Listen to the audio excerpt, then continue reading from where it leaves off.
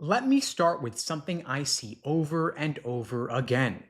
Every single LSAT score release, I open my inbox, my DMs, Reddit threads, YouTube comments, and it's always the same message, just written 100 different ways.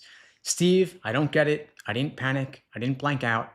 I didn't feel terrible walking out of the test. And yet, my LSAT score came back 10, 15, even 20 points lower than my practice test average. And so, if that's you today, I want to say this clearly right up front.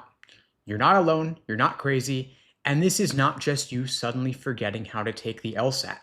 Today, I want to talk through what's actually going on behind these shocking LSAT score drops, why it feels so disorienting, and what you should realistically do next. And yes, we're going to address the question everyone's asking: did LSAC mess up scores? But before we talk about LSAC, curves, or scaling, we've got to start with something basic: how information spreads online. There's this concept called selection bias, and the idea is simple. When somebody takes the LSAT and scores exactly what they expected, they don't post about it. Nobody writes a viral Reddit post titled, "I scored my practice test average and I feel totally great about it." That post gets zero traction. Even the people who slightly outperform their expectations usually don't write essays about it. But when someone's score drops 20 points below their practice tests, it's shocking and upsetting and it feels unfair, so people rush online to talk about it. So online forums become flooded with extreme outliers. You've got people who got massive score drops, weird test day experiences, conspiracy theories about LSAC, and speculation about secret curves and hidden agendas. But what you're not seeing are the thousands of students whose scores landed right where their practice test predicted. Now, that doesn't mean the drops aren't real. It means the internet amplifies the most extreme cases. So there's the question: did LSAC secretly make the LSAT harder? And you've probably heard this rumor that they made it harder to compensate for recent changes to the test. They're looking to punish people now, and the curve is brutal on purpose. But is it likely that LSAC sat in a room and said, "let's wreck everybody this time"? No. Is it possible that structural changes to the LSAT have made outcomes feel harsher for students? Yeah, I would say so. And here's why. The LSAT used to have the logic game section, and many students could eventually perfect it through repetition and pattern recognition. For some people, logic games boosted their scores. For others, it was a total nightmare.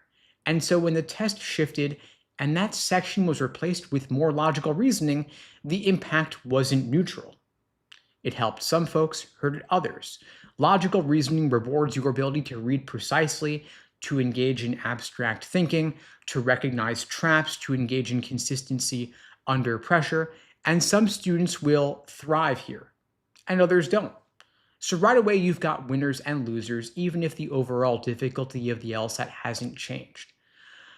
But the real elephant in the room is LSAT score inflation, and that's the part that most people underestimate.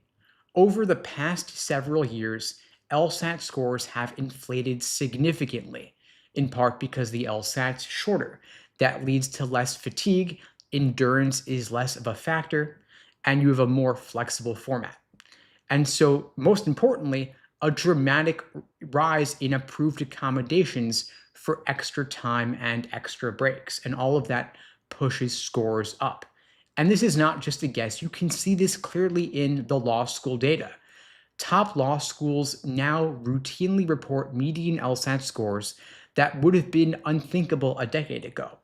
A score that used to place you safely at the very top of the applicant pool now puts you in a much tighter competition band, which tells us something important. Because of the LSAT score inflation, LSAC has no choice but to respond. They just don't have a choice about it. And so they're not changing questions retroactively, they are adjusting the scoring scale. And that's where things start to feel brutal. LSAC converts raw scores to scaled scores out of 180. And when the scale tightens, that means there are fewer wrong answers separating big score jumps. And small mistakes matter more, so consistency becomes everything. So now imagine this scenario. You walk out of the LSAT thinking, it felt fine, a few questions were weird, but overall it was okay. And that might be true. But if two questions went sideways in one section, three in another, one more in a third, that is suddenly enough to drop your score far more than it would have in the past. Not because you forgot the material or you collapsed under pressure, but because the margin for error is thinner. And that's the part that nobody warns you about. You might have studied for months, even a year or more, based on historical expectations. You trained using previously administered LSAT practice tests, you tracked your PT averages, and you trusted that range. So when your score comes back far below that range, it doesn't just feel disappointing, it feels destabilizing, like the rules changed mid-game. And I get why that feels unfair, but the uncomfortable truth is that whether it should be fair doesn't change what you have to do next. Complaining won't raise your score. Spiraling's not going to fix anything. You've got to adjust.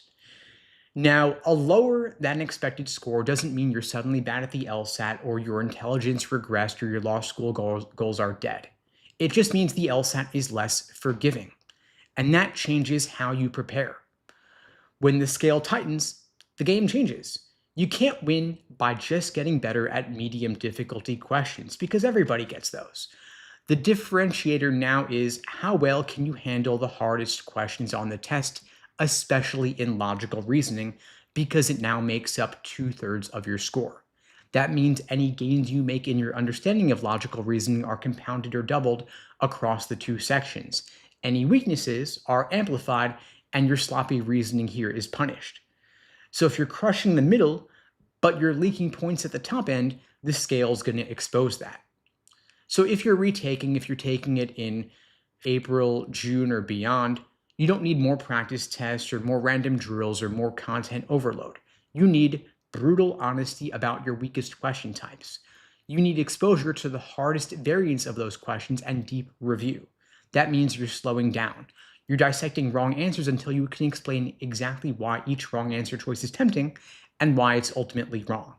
You've got to be able to recognize trap patterns instantly and tighten your reasoning precision. It's not doing more, it's doing better.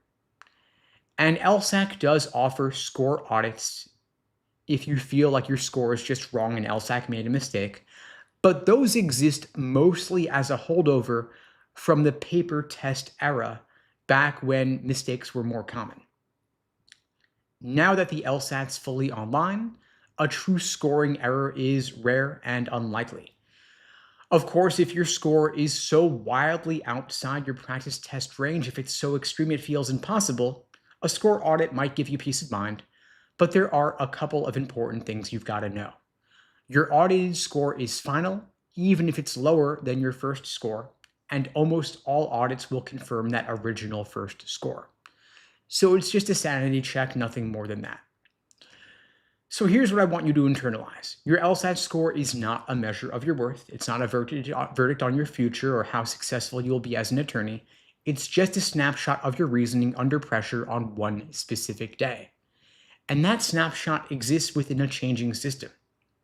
And the system is changing, of course. The curves are tightening, the standards are rising, and you've got to adapt. And if your practice test average was higher than your official score, that data still matters because it means your potential is there. But the path forward requires something different. You've got to engage in deeper analysis. You've got to do harder questions. You've got to execute better. The LSAT is not impossible, but it has become less forgiving. And once you can accept that, you're going to stop feeling blindsided and you'll start preparing like someone who understands the real game. That is how you regain control.